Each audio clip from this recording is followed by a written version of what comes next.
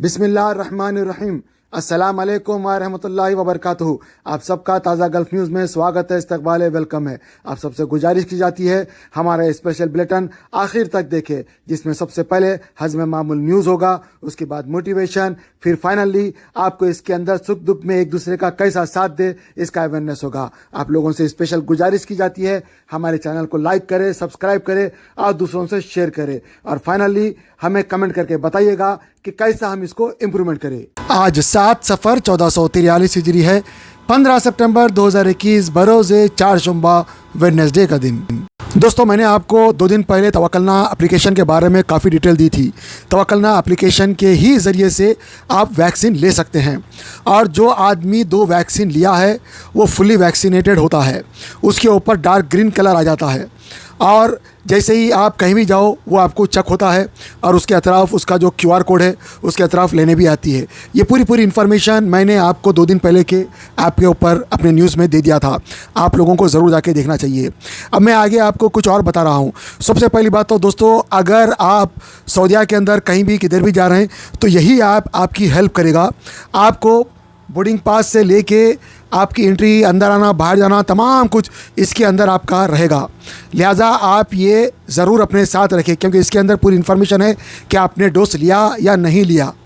अच्छा, दूसरी ख़ास बात और ये भी है कि दोस्तों, अगर आप उम्रा करना चाह रहे हैं और उम्रा करना जाना चाह रहे हैं तो उम्रे के लिए भी ज़रूरी है कि आपके पास 2 डोज हो, फुली वैक्सीनेटेड हो, और उसके लिए आप पेशगी आपके पास तवक्कलना ऐप के अंदर परमिशन ले लिया गया हो। अगर आपने तवक्कलना ऐप में परमिशन नहीं लिया, आप चले गए, तो आपके ऊपर 10,000 रियाल का जुर्माना हो सकता है, जेल भी हो सकती है। तो लिहाजा बिना परमिशन के आप जाने की कोशिश मत करिए। और एक ख़ास बात, अगर आपको जो टाइम दिया गया है वो टाइम को रेस्पेक्ट करें और उस टाइम के अंदर चले जाए। 5 मिनट पहले पहुँचे, आधा घंटा पहले पहुँचे, लेकिन लेट मत पहुँचे, क्योंकि अभी 1.5 लाख लोगों को बुलाया जा रहा है। अब आप देख सकते हैं माशाल्लाह, आहिस्ता आहिस्ता हरम शरीफ में रोज़ाना रश हो रहा है। इसके लिए आपको बहुत ज़रूरी है कि आप तवक्कलना अपडेट कर रखें, और आपका अपॉइंटमेंट आने के बाद ही आप टाइम पे जाए। याद रहे, अगर आप टाइम पे नहीं जाएंगे तो आपको अंदर आने नहीं दिया जाएगा। अगर आप एहराम की हालत में जाएंगे, ज़ाहिर बात है उम्रा कर रहे हैं तो एहराम की ही हालत में जाएंगे। अगर आप लेट होते हैं तो फिर आपके ऊपर जुर्माना भी आएगा, यानी आपको मक्के की हुदूद में दम देना पड़ेगा। फिर शायद 1 महीने तक आपको बुलावा नहीं आ सकता। 1 महीना, 2 महीना, जो भी आपको इंतज़ार करना ज़रूरी है। फिर आपको अपॉइंटमेंट लेके ही आना पड़ेगा। ये बहुत ज़रूरी है। याद रहे, अगर आप पालन नहीं करते हैं, रूल को फॉलो नहीं करेंगे और आप चले जाएंगे तो 10,000 रुपये का, 10,000 रियाल का जुर्माना है। नमाज के टाइम का भी पेशगी अपॉइंटमेंट लेना बहुत ज़रूरी है, हर नमाज के लिए। ऐसा नहीं भाई मैं नमाज के लिए जा रहा हूँ, कर रहा हूँ, ऐसा नहीं है। पहले हम सुनते थे जिसको बुलावा आया वही आएगा। अभी तो वाकई मक्का और मदीने का बुलावा बहुत ज़रूरी है। जो बुलावा आया वही जाएगा। इसलिए दुआएं करें, इस्तग़फ़ार करें, और सबके लिए जो है अपनी अपनी दुआ में याद रखें। दोस्तों, एक औरत आकर एक माँ बेटी को कहती है कि फ़लाँ जगह पे ज़कात मिल रही है, तुम लोग चलो। तो ये बुरखे वाली औरत और उसके बाजू जो ठहरी हुई बच्ची 6 साल की, इसको जो है लेकर ऑटो में जाती है और किसी जगह पे जो है औरत को उतार देती है और बच्ची को लेकर चले जाती है, और उसको 15,000 रुपये में एक ऐसे ख़ानदान को देना चाह रही है जिसको बच्चे नहीं रहते। लेकिन ये आती है, पुलिस को बताती है, फिर पुलिस जो फ़ौरन कार्रवाई करती है और उसको पकड़ लेती है। इस तरह वो औरत के साथ जो गैंग था, मर्द औरतों का जो भी था, उन सबको पकड़ लेती है, और ये बच्ची को जो है उसके माँ के हवाले कर देते हैं। मैं आप सब लोगों से कहता हूँ, जो भी मेरा चैनल देख रहे कर रहे हैं, आप लोगों से रिक्वेस्ट करता हूँ कि आप लोग दूसरों को भी बोलिए। और किसी भी जगह पे फ्री का खाना मिल रहा, फ्री का काम मिल रहा, फ्री के सब चीज़ें हैं। आजकल लोग जो है व्हाट्सएप पे भी डाल रहे हैं फ्री का 10 के 20, 20 के 40। ये सब धोखा है। कोई भी चीज़ अगर आपको ऐसी मिल रही करी तो मत जाओ। कोई भी ज़कात दे रहा, आप ऑटो में बैठ के चले जा रहे हैं, इनू रहबर है, इनू रहनुमाई कर रहे, नहीं, सब धोखा है। और इससे बड़ा धोखा क्या होगा कि आप खुद बड़े बड़े लोग धोखा खा जा रहे हैं आजकल। तो मेरी आप लोगों से गुजारिश है, आप जो मेहनत मजदूरी कर रहे हैं वो आप करो, अल्लाह आपको उसमें बरकत देगा, और अपने बच्चों का और अपने बीवी बच्चों का सबका ख्याल रखो। लेकिन इसके अंदर फ्री ये मिल रहा, कभी भी भूल के मत जाओ, ये नुकसान है। और साथ में थोड़ा बहुत पैसा लेके मेहनत मजदूरी करो। मेहनत मजदूरी में अल्लाह ताला पैसे देगा, बरकत देगा। अल्लाह के रसूल सल्लल्लाहु अलैहि वसल्लम के पास एक सहाबी आके भीख मांगते, तो मोहम्मद सल्लल्लाहु अलैहि वसल्लम जो है बोलते तुम्हारे पास क्या है, तो वो सब सामान जो है 2 दिरहम में बिका देते। गरीब साहबी रहते, तो बोलते कि 1 दिरहम का खाना लेके जाओ, घर वालों को खिलाओ। 1 दिरहम की कुल्हाड़ी लो और जंगल में जाओ, लकड़ियाँ लो, काटो और अपना पेट पालो।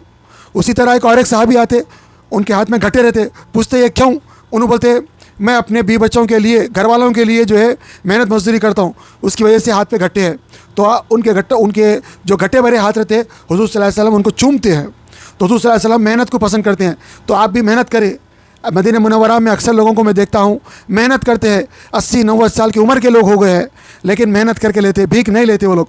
आप लोग भी मेहनत करें, आप भी हुजूर सल्लल्लाहु अलैहि वसल्लम की उम्मती है, जो भी हो मेहनत करे।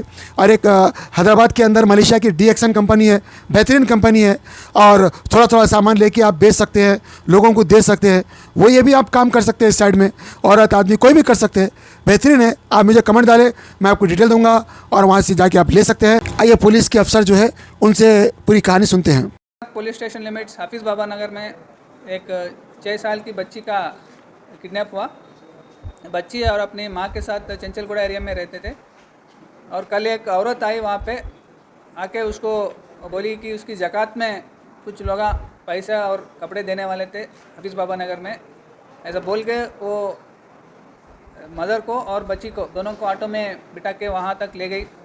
वहाँ जाते ही वो अपनी वो बच्ची की माँ को बोली कि उस घर में, एक पास वाली एक घर में यहाँ ज़कात दी जाती है। वहाँ जब वो बच्ची की माँ वहाँ गई तो ये खातून बच्ची को लेके ऑटो में निकल गई, और वहाँ से बच्ची की माँ डायरेक्ट कंचनबाग पुलिस स्टेशन में आके कंप्लेंट दिया।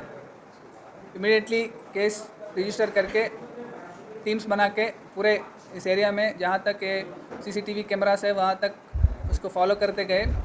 और आज सुबह 3:30-4 बजे टाइम में एक खातून को और एक बच्ची को शमशाबाद एरिया में उसकी घर में, खातून की घर में उसको अरेस्ट किए और बच्ची को भी वहाँ से रेस्क्यू किए। इस पूरी ऑपरेशन में और ये खातून की आइडिया है कि उस बच्ची को एक चाइल्डलेस कपल है वहीं शमशाबाद में रहते हैं, उनको 15,000 रुपये को बेचने का उसका आइडिया था।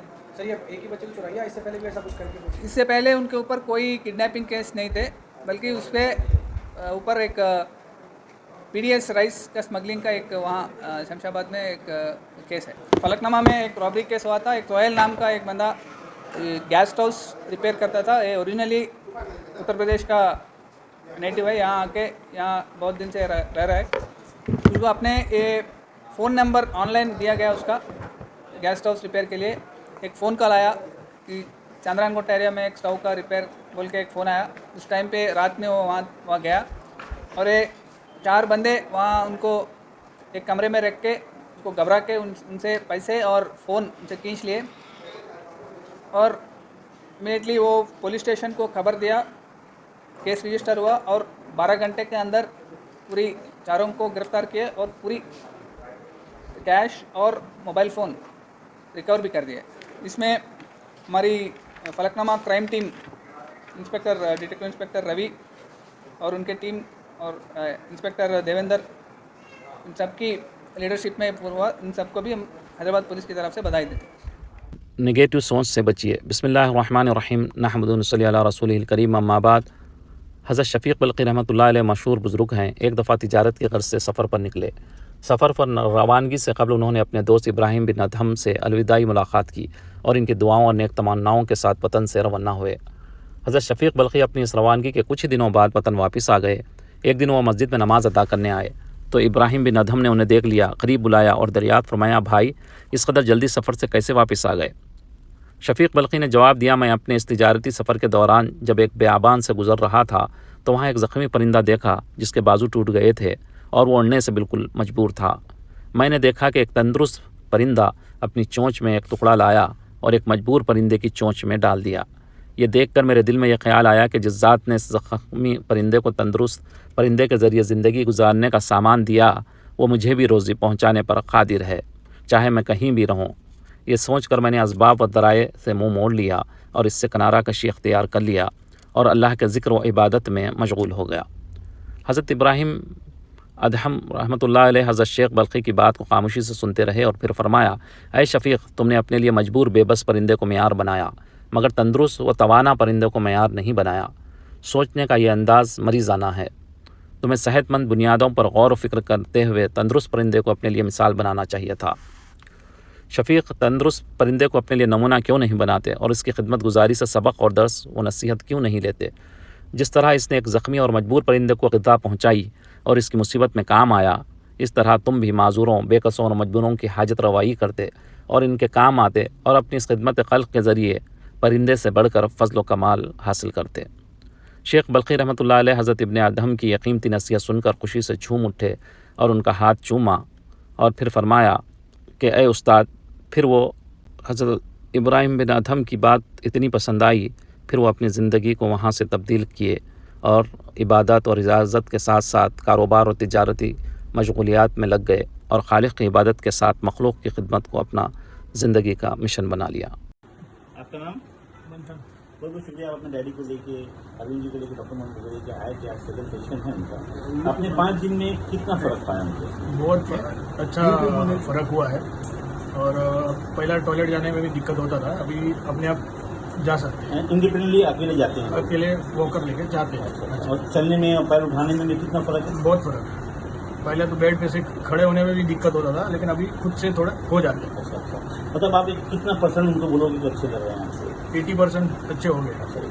और सूजन में भी 80% हाँ, फ़र्क है? फ़र्क है। अच्छा। अब इनका कॉन्फिडेंस बहुत गेन है, तो ऐसा डीवीटी पेशेंट या वेरिकोज वेन के पेशेंट या सूजन के पेशेंट को आप क्या एक मैसेज देना चाहोगे? आइए यहाँ पे और सर जी से ट्रीटमेंट लीजिए। केमिकल अच्छा या कपिंग अच्छा? कपिंग। हाँ? Cupping.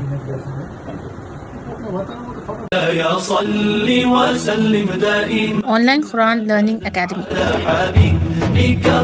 Amid the closure of all schools, madrasas and Arabic tuitions due to COVID-19 pandemic across the country, here is a great opportunity for all the children, students, men, women, IT professionals, lawyers, engineers to learn and understand the Quran and keen concepts of Islam. Organized by Hafiz Khari, Muhammad Raza Fazil, Jami Nizamiya.